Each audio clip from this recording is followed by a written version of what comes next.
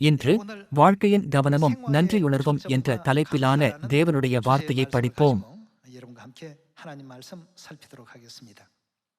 அதிகம் யோசிக்காமல் நாம் அடிக்கடி கோபம் அல்லது வருத்தப்படும் சூழ்நிலைகளில் ஈடுபடுகிறோம், மேலும் அது நம்மை எதிர்மறை எண்ணங்களுக்கு வழிநடத்துகிறது.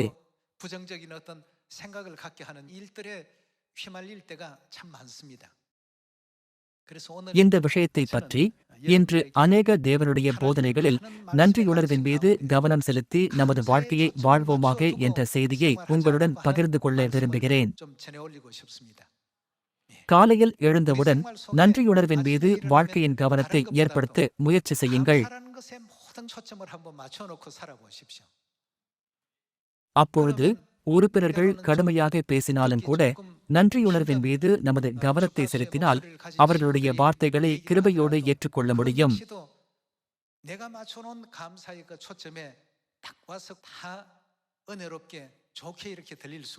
மறுபுறமோ நாம் நன்றியுணர்வின் மீது கவனம் செலுத்தாவிட்டால் எதிர்பாராத சூழ்நிலைகளானது நம்மை கோபமாகவும் வருத்தமாகவும் உணர செய்யும். இருப்பினும் நாட்கள் செல்ல செல்ல நான் ஏன் அப்படி நடந்து கொண்டேன், நான் சரியாக செயல்பட்டிருக்க வேண்டும் என்று நாம் நினைப்போம். நீங்கள் இதுபோன்று அடிக்கடி நினைத்திருக்கிறீர்களா? எனவே நன்றியுணர்வை மையமாக கொண்டு நமது வாழ்க்கையை வாழ்ந்தால் சுவிசேஷகர்கள் பிரசங்கிக்கும் போது தேவனில் நிரம்பி வழியும் நன்றியையும் மகிழ்ச்சியையும் அனுபவிப்பார்கள். வேலை செய்பவர்கள் தங்கள் பணியிடங்களில் நன்றியுணர்வுடன் இருப்பார்கள். மேலும் மாணவர்கள் தங்கள் பள்ளிகளில் நன்றியுணர்வுக்கான பல காரணங்களை கண்டுபிடிப்பார்கள். தந்தை தாய் இல்லாமல் நாம் நன்றி செலுத்துவதற்கு ஏதாவது இருக்க முடியுமா? பிரபஞ்சத்தில் உள்ள பூமியானது மிகவும் அற்பமான நட்சத்திரங்களில் ஒன்றாகும். இருப்பினும் பரலோக தந்தையும் பரலோக தாயும் நமது பாவங்களை நிவர்த்தி செய்ய இவ்வுலகிற்கு வந்தனர். வேதாகம தீர்க்க தரிசனங்களின்படி தம்மையே தியாகம் செய்வதற்கும் தேவன் தயங்கவில்லை. சிலர் நாம் நன்றி செலுத்துவதற்கு தேவன் நமக்கு என்ன கொடுத்தார் என்று கேட்கிறார்கள். அவர் இந்த பூமிக்கு வந்ததே நன்றி செலுத்துவதற்கான ஒரு காரணமாகும். அவர் வரவில்லை என்றாலும் அவருடைய பணி நின்றுவிடுமா? இல்லை. இருந்தாலும் நம்மை விலை மதிப்பற்றவர்களாக கருதி அவர் பரலோகத்தில் தம்முடைய சிங்காசனத்தை விட்டு இந்த பூமிக்கு வந்தார். நாம் நன்றியுள்ளவர்களாக இருப்பதற்கு இதுவே அற்புதமான செயலாகும். மேலும் அவர் தமது சிருஷ்டிப்பினாலே ஏளனம் செய்யப்பட்டு துன்புறுத்தப்பட்டார். அப்படிப்பட்ட அசௌகரியமான சூழலை எதிர்கொள்ள தயங்கவில்லை. மாறாக பலியிடுகிறவர்களுக்கு முன்பாக அமைதியாக இருக்கும் ஆட்டுக்குட்டியைப் போல நமக்கு பதிலாக அவர் அமைதியாக அந்த பாதையில் நடந்து சென்றார்.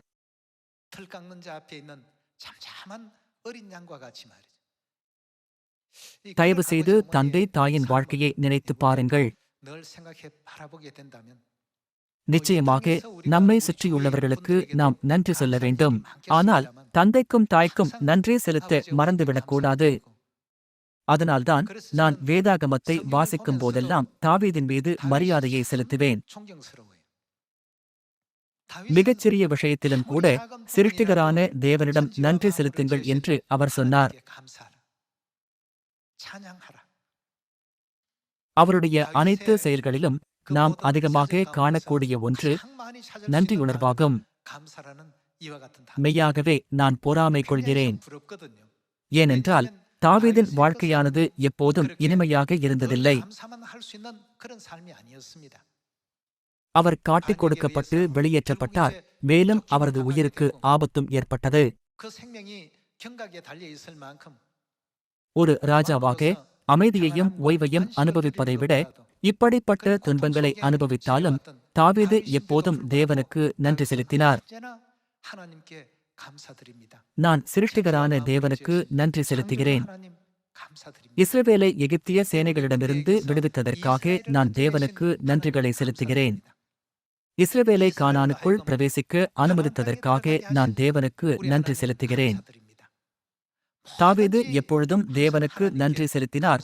அதனால்தான் தேவன் தாவீது என் இருதயத்திற்கு ஏற்ற மனுஷன் என்று சொன்னார். தேவன் அவரால் மகிழ்ச்சியடைந்தார். அவரைப் போல தேவனுடைய இருதயத்தை பிரியப்படுத்தும் வாழ்க்கையை யாரால் வாழ முடியும்?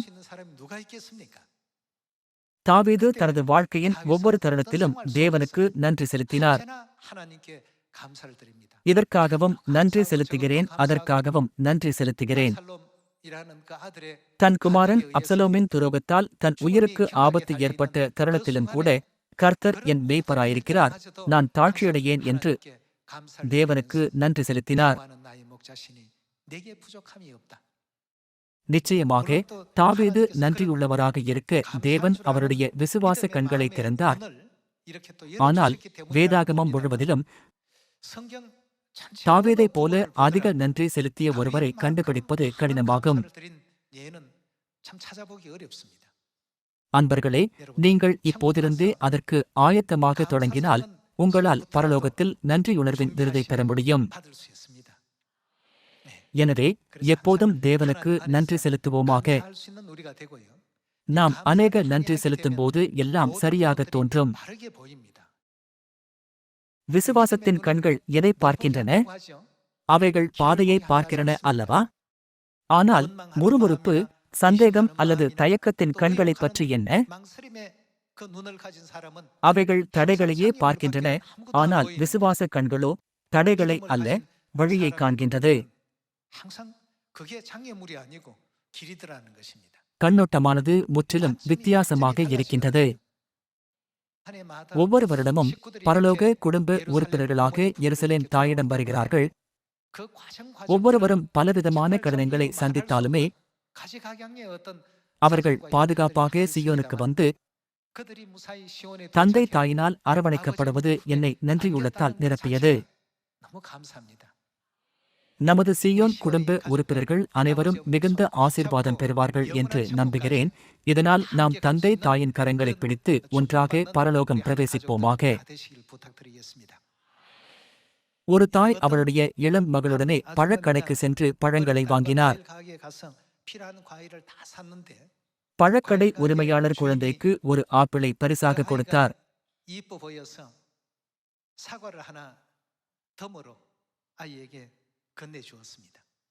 இதைக் கண்ட தாய் தன் மகளிடம், ஏதேனும் பெற்றுக்கொண்டால் என்ன சொல்ல வேண்டும் என்று நான் உனக்கு கற்றுக் கொடுத்தேன் என்று கேட்டார்.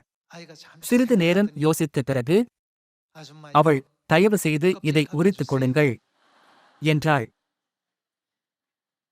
அன்பர்களே, இது ஒரு உண்மையான கதையாகும். இந்த நிலையில் நாம் என்ன செய்ய வேண்டும்? அவள் நன்றி சொல்லவே தாய் விரும்பினாள். ஆனால் மகளுக்கோ அவருடைய போதனைகள் புரியவில்லை. அதற்கு பதிலாக அதை உரித்துக் கொடுக்க சொன்னாள். நாம் நன்றியுணர்வு மறைந்த காலத்தில் வாழ்கிறோம். பரலோகத்தில் தேவனிடம் நமது ஜெபங்களை வைத்திருக்கும் கூடைகள் உள்ளன. இது வேதாகமத்தில் இருக்கும் கதை அல்ல, ஒரு கட்டுக்கதை என்பதை நினைவில் கொள்ளவும். மேலும் உண்மையில் பரலோகத்தில் அப்படி ஒரு கூடை இருக்கிறதா என்று கேட்காதீர்கள். ஒன்று நன்றிகளின் கூடை, மற்றொன்று விருப்பங்களின் கூடை.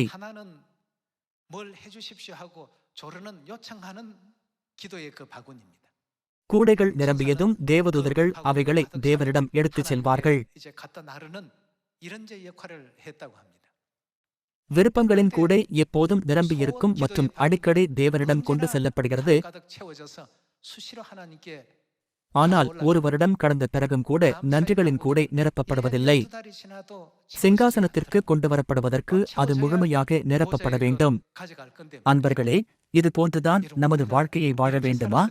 தந்தையே, தயவு செய்து எனக்காக இதை செய்யுங்கள். தாயே, தயவு செய்து எனக்காக அதை செய்யுங்கள். இவ்வாறாக ஜெபங்களின் மூலமாக நாம் தொடர்ந்து கேட்க வேண்டும். இருப்பினும் அதோடு நாம் நன்றியுணர்வின் ஜெபங்களையும் வழங்க வேண்டும். அதனால்தான் 2000 வருடங்களுக்கு முன்பு இயேசு இந்த போதனையை வழங்கினார். லூக்கா 17ஆம் அதிகாரம் 11ஆம் வசனத்தை பார்ப்போம். 11절의 말씀 함께 보겠습니다.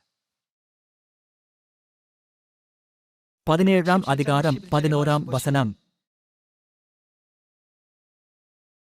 பின்பு அவர் எருசலேமுக்கு பிரயாணம் பண்ணுகையில் அவர் சமாரியா கலிலேயா என்னும் நாடுகளின் வழியாக நடந்து போனார். அவர் ஒரு கிராமத்தில் பிரவேசித்தபோது குஷ்டரோகமுள்ள மனுஷர் 10 பேர் அவருக்கு எதிராக வந்து தூரத்திலே நின்று, இயேசு ஐயரே, எங்களுக்கு இரங்கும் என்று சத்தமிட்டார்கள். அவர்களை அவர் பார்த்து, நீங்கள் போய் ஆசாரியர்களுக்கு உங்களை காண்பியுங்கள் என்றார். அந்தப்படி அவர்கள் போகையில் சுத்தமானார்கள். அவர்களில் ஒருவன் தான் ஆரோக்கியமானதைக் கண்டு திரும்பி வந்து உரத்த சத்தத்தோடே தேவனை மகிமைப்படுத்தி அவருடைய பாதத்தருகே முகங்குப்புற விழுந்து அவருக்கு ஸ்தோத்திரம் செலுத்தினான். அவர் இயேசுவுக்கு நன்றியுணர்வை தெரிவித்தார். அவன் சமாரியனாயிருந்தான். அப்பொழுது இயேசு, சுத்தமானவர்கள் 10 பேர் அல்லவா? மற்ற 9 பேர் எங்கே? தேவனை மகிமைப்படுத்துகிறதற்கு இந்த அந்நியனை ஒழிய மற்றொருவனும் திரும்பி வர காணோமே என்று சொல்லி அவனை நோக்கி, நீ எழுந்து போ, உன் விசுவாசம் உன்னை இரட்சித்தது என்றார். அன்பர்களே, கடந்த காலத்தில் குஷ்டரோகமானது கிட்டத்தட்ட குணப்படுத்த முடியாத நோயாக கருதப்பட்டது அல்லவா? இந்த குணப்படுத்த முடியாத நோயானது இயேசு கிறிஸ்துவின் வல்லமையினால் குணமானது. அவர்கள் எவ்வளவு நன்றியுள்ளவர்களாக இருக்க வேண்டும்! இதுபோன்றுதான் நாமும் இருக்கிறோம். தேவன் நமது அனைத்து விருப்பங்களையும் நிறைவேற்றினார். ஆனால் நாம் நன்றி செலுத்த தவறுகிறோம். தயவு செய்து உரித்து கொடுங்கள் என்று சொல்லிய குழந்தையைப் போல எப்படி நன்றி செலுத்த வேண்டுமென நமக்கு தெரியாததால் அந்த தருணம் நன்றி சொல்ல வேண்டிய தருணமாக இருந்தாலுமே பொருத்தமில்லாத வேண்டுகோளை செலுத்துகிறோம்.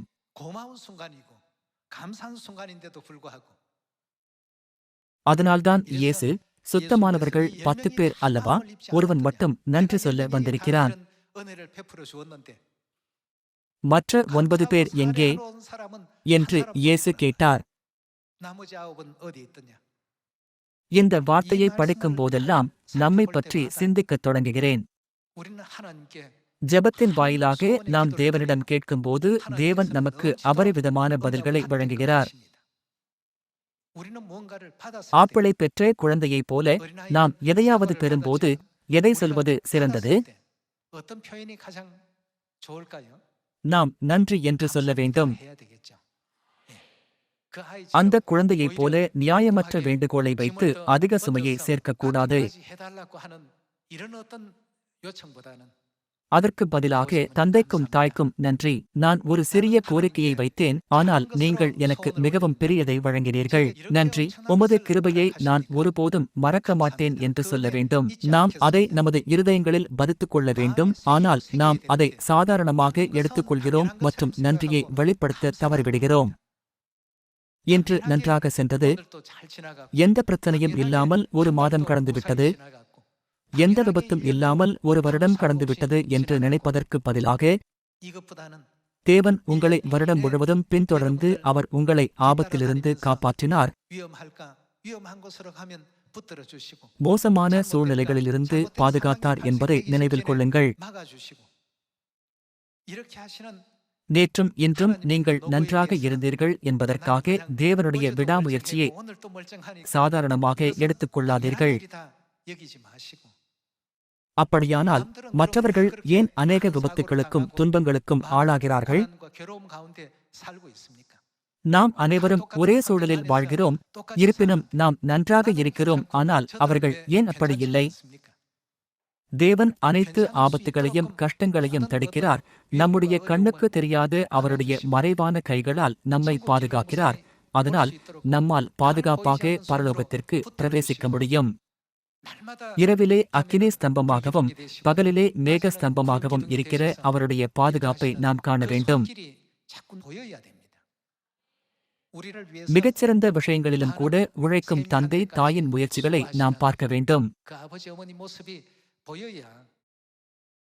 அப்பொழுது தாவீதைப் போல, தேவன் நல்லவர், நீதியுள்ளவர், தேவன் செய்கிற அனைத்தும் உண்மையானது, இதற்காக நான் நன்றி செலுத்துகிறேன், அதற்காக நான் நன்றி செலுத்துகிறேன் என்று நம்மால் சொல்ல முடியும். இப்போது நமது ஆவிக்குரிய கண்களை திறப்போம்.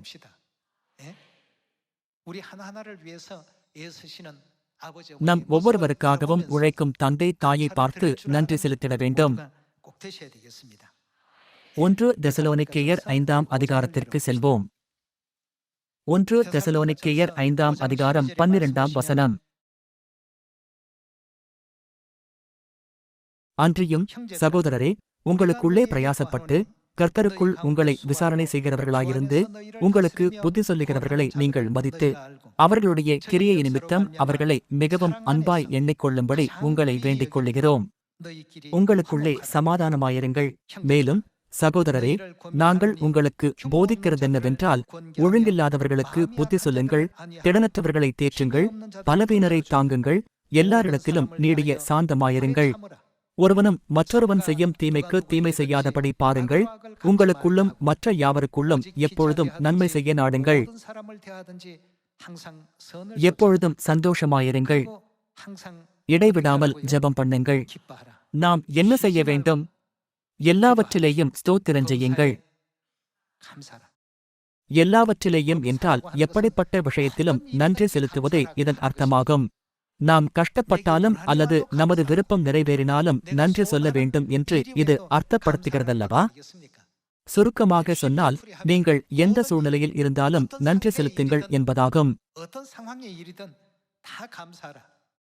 அப்படி செய்வதே யாருடைய சித்தமாயிருக்கிறது? கிறிஸ்து இயேசுவுக்குள் உங்களை குறித்து தேவனுடைய சித்தமாயிருக்கிறது. தேவன் நமக்கு துன்பங்களை கொடுக்கும்போது அது நமது மனத்தசைகளை வலுப்படுத்தும் பயிற்சியாக இருக்கிறது. அத்தகைய பயிற்சிக்குப் பிறகு நமது மனத்தசைகள் மிகவும் வலுவடைகின்றன. அன்பர்களே, உங்களில் அநேகருக்கு மழை காலம் பிடிக்காமல் இருக்கலாம். மழை பெய்தால் பல செயல்களை செய்ய அசௌகரியமாக உணரக்கூடும். மேலும் அது நமது மனநிலையையும் கூட பாதிக்கக்கூடும். வானிலையானது எப்போதும் வெயிலாக இருக்க வேண்டும் என்று ஜனங்கள் விரும்புகிறார்கள். இருப்பினும் அப்படிப்பட்டவர்கள் பாலைவனத்தில்தான் வாழ வேண்டும். மழையே பெய்யவில்லை என்றால் நிலத்திற்கு என்ன நடக்கும்?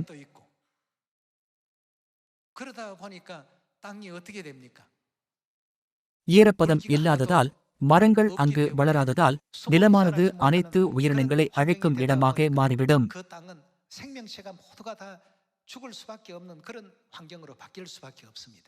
எனவே வானிலையை கொண்டு தேவன் என்ன செய்கிறார்? இன்று வெயிலாகவும், நாளை மேகமூட்டமாகவும், நாளை மறுநாள் பனியாகவும் தேவன் வானிலையை மாற்றுகிறார் அல்லவா? சில சமயங்களில் மழை பொழிய செய்கிறார். தம் பிள்ளைகள் அடைக்கலப்பட்டணத்தில் சரியான அறிவொளியுடனே வாழ்க்கையை முடித்துவிட்டு தாயின் கரங்களை பிடித்துக்கொண்டு பரலோகத்திற்கு திரும்ப வேண்டும் என்று தேவன் விரும்புகிறார். அதனால்தான் தேவன் எப்போதும் மகிழ்ச்சியாக இருக்க வேண்டும் என்று சொல்கிறார். போக்குவரத்து ஆணையம் நடத்திய ஆய்வின்படி விபத்துகளானது வளைந்து செல்லும் நெடுஞ்சாலைகளில் அல்ல, மாறாக நேரான மற்றும் நீளமான நெடுஞ்சாலைகளில்தான் விபத்தின் விகிதம் அதிகமாக நடக்கிறது.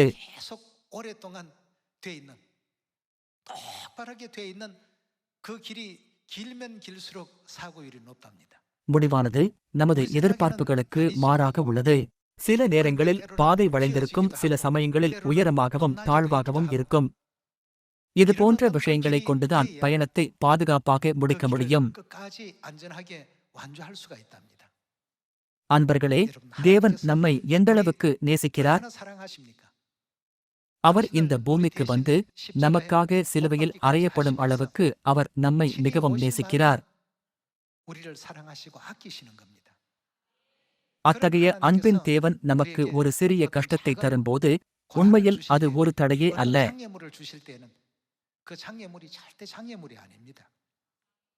நமது மனத்தசைகளை வலுப்படுத்தும் தருணமாக கருதி தாவீதைப் போல நாமும் எப்பொழுதுமே தேவனுக்கு நன்றி செலுத்திட வேண்டும். எல்லா சூழ்நிலைகளிலும் நன்றி என்று சொல்ல வேண்டும். எனது வாழ்க்கையின் முழுமையான கவனம் நன்றியுணர்வு மட்டுமே என்ற தீர்மானத்தை எடுக்க வேண்டும். நீங்கள் யாரை சந்தித்தாலும் சரி, நீங்கள் பிரசங்கித்தாலும், வேதாகமத்தை படித்தாலும் அல்லது உங்கள் அண்டை வீட்டாருடன் நேரத்தை செலவிட்டாலும் சரி, நீங்கள் எப்பொழுதும் நன்றியுணர்வின் மீது கவனம் செலுத்தினால் தேவன் எல்லா நேரங்களிலும் உங்களுடனே இருப்பார். 2 சாமுவேல் 22ஆம் அதிகாரத்திற்கு செல்வோம். நன்றியுணர்வின் மீது கவனம் செலுத்தும் குறிக்கோளுடன் இந்த வருடம் பரலோக தந்தைக்கும் பரலோக தாய்க்கும் மிகுந்த நன்றிகளையும் மகிமையையும் செலுத்துவோமாக. 2 சாமுவேல் 22ஆம் அதிகாரம் 47ஆம் வசனத்தை பார்ப்போம். 22ஆம் அதிகாரம் 47ஆம் வசனம். கர்த்தர் ஜீவனுள்ளவர், என் கன்மலையானவர் ஸ்தோத்திரிக்கப்படுவாராக, என் இரட்சிப்பின் கன்மலையாகிய தேவன் உயர்ந்திருப்பாராக. அவர் எனக்காக பழிக்கு பழி வாங்கி ஜனங்களை எனக்கு கீழ்ப்படுத்துகிற தேவனானவர். அவரே என் சத்துருக்களுக்கு என்னை விலக்கி விடுவிக்கிறவர். எனக்கு விரோதமாய் எழும்புகிறவர்கள் மேல் என்னை உயர்த்திக் கொடுமையான மனுஷனுக்கு என்னை தப்புவிக்கிறீர். இது நிமித்தம் கர்த்தாவே, ஜாதிகளுக்குள் உம்மை துதித்து உம்முடைய நாமத்திற்கு சங்கீதம் பாடுவேன்.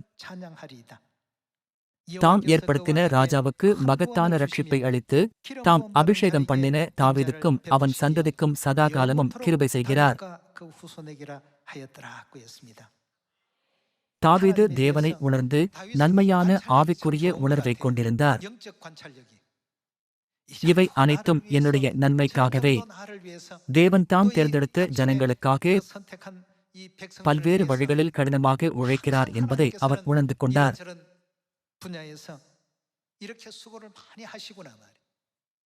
தேவன் ஒரு கூடாரத்தில் இருந்தபோது, நான் கேதுரு அரண்மனையில் வாசம் பண்ணுகிறேன், இது எப்போதும் என்னை பாதிக்க செய்தது.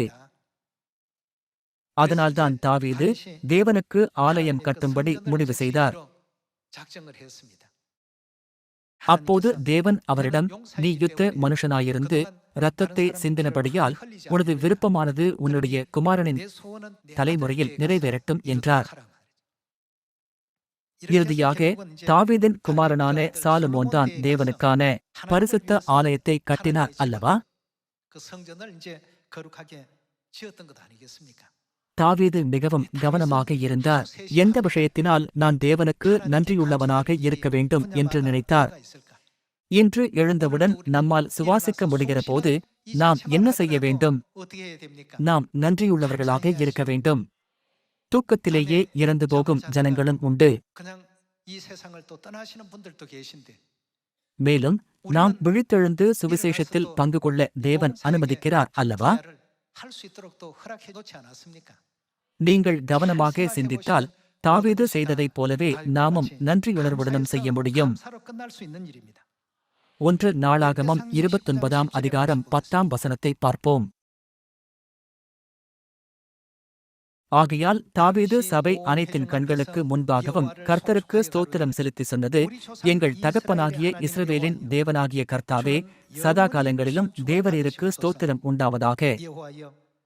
கர்த்தாவே, மாட்சிமையும் வல்லமையும் மகிமையும் ஜெயமும் மகத்துவமும் உம்முடையவைகள், வானத்திலும் பூமியிலும் உள்ளவைகளெல்லாம் உம்முடையவைகள். கர்த்தாவே, ராஜ்யமும் உம்முடையது. தேவரீர் எல்லாருக்கும் தலைவராய் உயர்ந்திருக்கிறீர். ஐசுவரியமும் கனமும் உம்மாலே வருகிறது. தேவரீர் எல்லாவற்றையும் ஆளுகிறவர். உம்முடைய கரத்திலே சத்துவமும் வல்லமையும் உண்டு. எவரையும் மேன்மைப்படுத்தவும் பலப்படுத்தவும் உம்முடைய கரத்தினால் ஆகும். இப்போதும் எங்கள் தேவனே. தாவீது எப்பொழுதுமே ஜெபத்தில் நன்றிகளை செலுத்தினார். நாங்கள் உமக்கு ஸ்தோத்திரம் செலுத்தி உமது மகிமையுள்ள நாமத்தை துதிக்கிறோம். இப்படி மனப்பூர்வமாய் கொடுக்கும் திராணி உண்டாவதற்கு நான் எம்மாத்திரம்? என் ஜனங்கள் எம்மாத்திரம்? எல்லாம் உம்மால் உண்டானது. உமது கரத்திலே வாங்கி உமக்கு கொடுத்தோம். வானத்திலும் பூமியிலும் உள்ளவைகளெல்லாம் தேவனுக்கு சொந்தமானதால் உமது கரத்திலே வாங்கி உமக்கு கொடுத்தோம். இதை எப்படி பெரிய விஷயமாக கருத முடியும்? தேவன் நமக்கு அருளிய கிருபையை ஒப்பிடும்போது நமது நன்றியுணர்வானது மிகவும் குறைவாக இருக்கிறது என்று அவர் சொன்னார். சங்கீதம் 50ஆம் அதிகாரத்திற்கு செல்வோம். சங்கீதம் 50ஆம் அதிகாரம் 22ஆம் வசனத்தை பார்ப்போம். 22절의 말씀 함께 보겠습니다.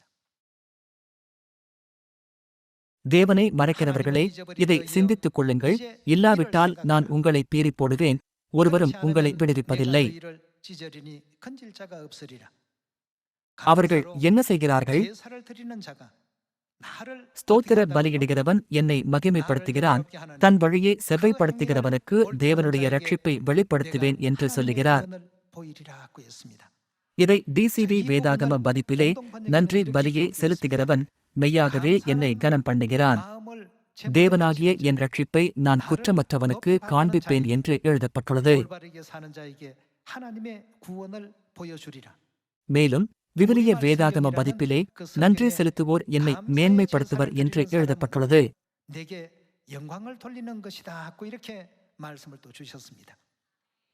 வேதாகமத்தில் இருக்கும் இந்த போதனைகளை பற்றி சிந்திக்கையிலே முறுமுறுப்பும் குறை கூறுதலும் நன்றி செலுத்துவதற்கு எதிராக இருக்கிறது அல்லவா? அவைகள் நமது வாழ்க்கையை பரலோகத்தை விட்டு வேறு பாதையில் கொண்டு செல்கிறது.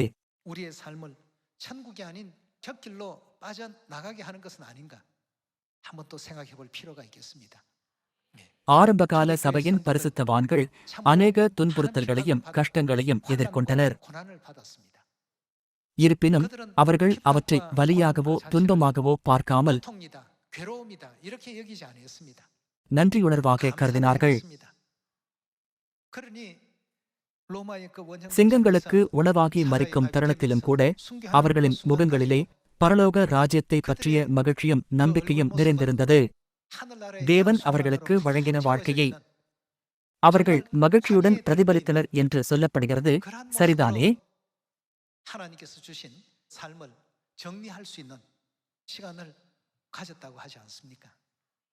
ஒரு சாதகமான சூழ்நிலையில் மட்டும் ஜனங்கள் தேவனுக்கு நன்றிகளை செலுத்துகிறார்கள். ஆனால் சாதகமற்ற சூழ்நிலை வரும்போது எப்படி நன்றி செலுத்த முடியும்? இதுபோன்று சிலர் கேள்வியை எழுப்பினார்கள். ஆனால் கடினமான சூழ்நிலை வந்தாலும் கூட தேவன் நம்மை என்ன செய்ய சொன்னார்? அவர் நன்றி செலுத்தும்படி சொன்னார். பரலோகத்தில் பிரவேசிக்கும் வரை நாம் புதிய உடன்படிக்கையில் இருக்கிறோம். நாம் தந்தை தாயை அறிந்து கொண்டு சீயோனில் இருக்கிறோம். இதை பற்றி சிந்தித்து பாருங்கள். மேலும் ரட்சிப்பின் வாக்குறுதியையும் பரலோகத்தில் ராஜ ஆசாரியத்துவத்தை பற்றியும் சிந்தித்து பாருங்கள். நாம் இதற்காக நன்றியுள்ளவர்களாக இருக்க வேண்டும். சிறிய விஷயங்களில் எல்லாம் கவனம் செலுத்தி பரலோக மகிமையை இழக்கும் முட்டாள்களாக இருந்துவிடக்கூடாது. நன்றி செலுத்துபவர்கள் தேவனுக்கு மகிமை செலுத்துகிறவர்கள் என்று எழுதப்பட்டுள்ளது. ஆகவே நன்றி செலுத்துவதற்கு பதிலாக குறை கூறுபவர்கள் தேவனுக்கு மகிமை செலுத்தாதவர்கள் என்று நம்மால் புரிந்து கொள்ள முடியும். எனவே 1 கொரிந்தியர் 10ஆம் அதிகாரத்தின்படி வனாந்தரத்திலே யார் அழைக்கப்பட்டார்கள்? முறுமுறுத்தவர்கள் அழைக்கப்பட்டனர். முறுமுறுப்பானது வெறும் ஆரம்பம் மட்டுமே. அவர்கள் முறுமுறுக்கும் போது அதனால் மோசமான தசைகளே வளர்ந்தன. எனவே அது கீழ்ப்படியாமைக்கு வழிநடத்தியது. தேவன் கட்டளையிட்டதை அவர்களால் ஏற்றுக்கொள்ள முடியாது என்று முறுமுறுத்தார்கள். இவ்வாறாக முறுமுறுப்பானது கீழ்ப்படியாமைக்கு வழிநடத்தியது.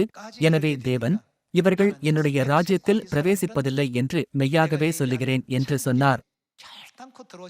தேவன் வாக்குறுதியை செய்தார்.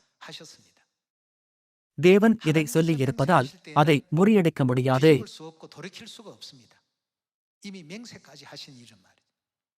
கீழ்ப்படியாமையானது முறுமுறுப்பில் வேரூன்றியுள்ளது. மேலும் முறுமுறுப்பானது நன்றியற்ற இதயத்திலிருந்து உருவாகுகிறது.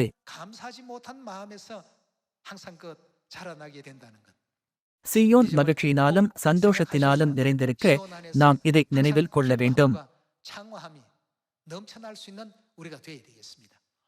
அன்பர்களே, இன்று உங்களை நீங்களே பிரதிபலித்து பாருங்கள். மேலும் கடந்த வருடம் மற்றும் நீங்கள் பரலோகத்திலிருந்து தள்ளிவிடப்பட்டு உங்களது முழு வாழ்க்கையையும் கூட பிரதிபலித்து பாருங்கள். தயவு செய்து தந்தை தாயின் கிருபை பற்றிய ஒவ்வொரு சிறிய விஷயங்களையும் சிந்தித்து பாருங்கள். இன்றைய தினத்திற்காகவும் நன்றி என்று சொல்லிவிட்டு தூங்குவதற்கு சென்றால் உங்களுக்கு நல்ல கனவுகள் வரும். 더 தேவன் உங்களை அபரிவிதமான மகிழ்ச்சியுடனும் அதிக விசுவாசத்தை உங்களுக்கு அருளுவார். 더 덤으로 얹어 주시고 그렇게 해서 ஆகையால் இந்த பூமியில் தந்தை தாயுடன் இருப்பதை தவிர வேறு எதற்காகவும் இயங்க மாட்டோம். அழகான மாளிகைகளும் அழகான கார்களும் தற்காலிகமானதாகும். ஆனால் பரலோக விஷயங்கள் நித்தியமானவைகள் அல்லவா? இப்படிப்பட்ட வாழ்க்கையை கொஞ்சமாவது அனுபவிக்க வேண்டும் என்பதற்காக நித்தியத்தை விட்டுவிட வேண்டுமா? நாம் நித்தியமானதையே நாடிட வேண்டும். முதலாவதாக நம்மை ரட்சிப்பதற்காக இந்த பூமிக்கு வந்த தந்தை தாய்க்காக நமது நன்றியுணர்வை வெளிப்படுத்திட வேண்டும். மேலும் சுவிசேஷத்தில் தங்களின் கதாபாத்திரத்தை வகிக்கும் நமது அன்பான சீயோனின் குடும்பத்தினர்களுக்கும் நன்றியுள்ளவர்களாக இருக்க வேண்டும்.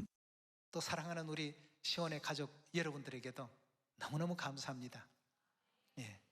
또 அது மட்டுமின்றி உங்களது நன்றியுணர்வை குடும்பத்தினருக்கும் தெரிந்தவர்களுக்கும் உறவினர்களுக்கும் தெரிவிக்க மறந்துவிடாதீர்கள். 또 지인들이나 친구나 잊지 마시고 தொடர்ந்து நன்றி செலுத்துபவர்கள் நிச்சயமாக ஆசீர்வதிக்கப்படுவார்கள். 틀림없이 복 받습니다. ரட்சிப்பின் ஆதாரமான தந்தை தாயின் போதனைகளை நன்றியுணர்வை வலியுறுத்துவதால் நமது உதடுகள் நன்றி சொல்வதை நிறுத்தாமல் இருக்க அவர்களின் போதனைகளை பயிற்சி செய்வோமாக. இத்துடன் இந்த உபதேசத்தை நிறைவு செய்ய விரும்புகிறேன். மிக்க நன்றி.